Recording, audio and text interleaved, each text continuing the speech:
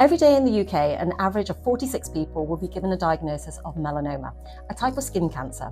And leading charity Cancer Research UK have estimated that cases could increase by 50% over the next 20 years. Skin cancer is, however, one of the most preventable cancers, so it's important to understand the facts and be aware of the risks. My name is Dr. Sharon Wong, consultant dermatologist at HCA UK at the Shard, and I'm here to share some advice and bust some of the most common myths around skin cancer. It's a common myth that people with darker skin can't get skin cancer. I hear it a lot, but it's not true. Whilst people with darker skin have statistically lower risk, cancer does not discriminate. People of any skin colour and ethnicity can still develop skin cancer.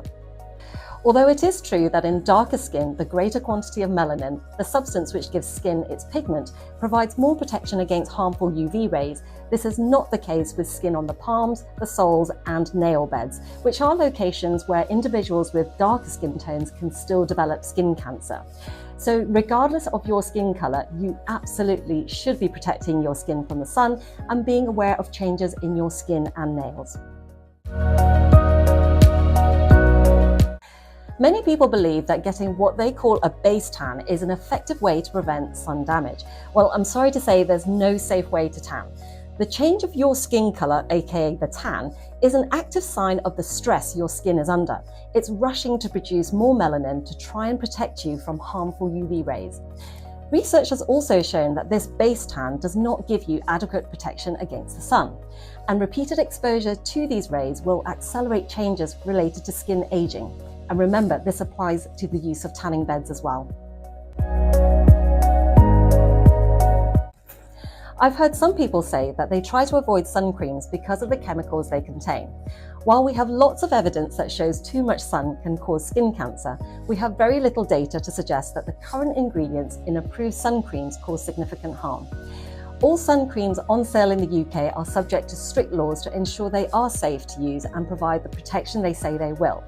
If you are still wary of chemical sunscreens, then there are mineral options that contain titanium dioxide or zinc oxide that you might prefer to use.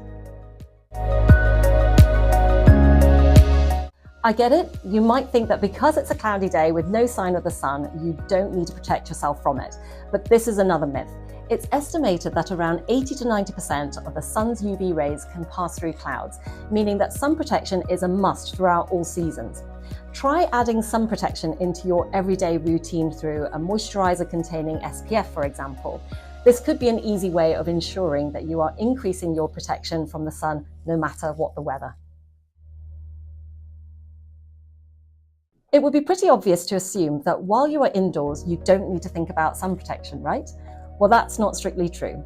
While most windows, say in your office, your car, or at home will block out most UVB rays, which are the ones that penetrate the surface of the skin and are the main cause of sunburn, it's estimated that depending on the window, around 50% of the UVA rays from the sun, the ones that penetrate deeper, causing the pigment in your skin to react, do get through. Both UVB and UVA rays are a cause of skin cancer, as well as skin damage and photoaging more generally. So if you are sat in direct sunlight from a window, do try and think about sun safety. Incorporating sun protection into your daily routine will help you to do this. I hope you found this useful, and remember, you can still enjoy the sun and the many benefits it brings, but in a safe way by A, wearing sun cream every day, B, covering up in the sun with long sleeves, hats and sunglasses, C, seeking shade, particularly in the midday sun, and perhaps most importantly, being aware of your own skin.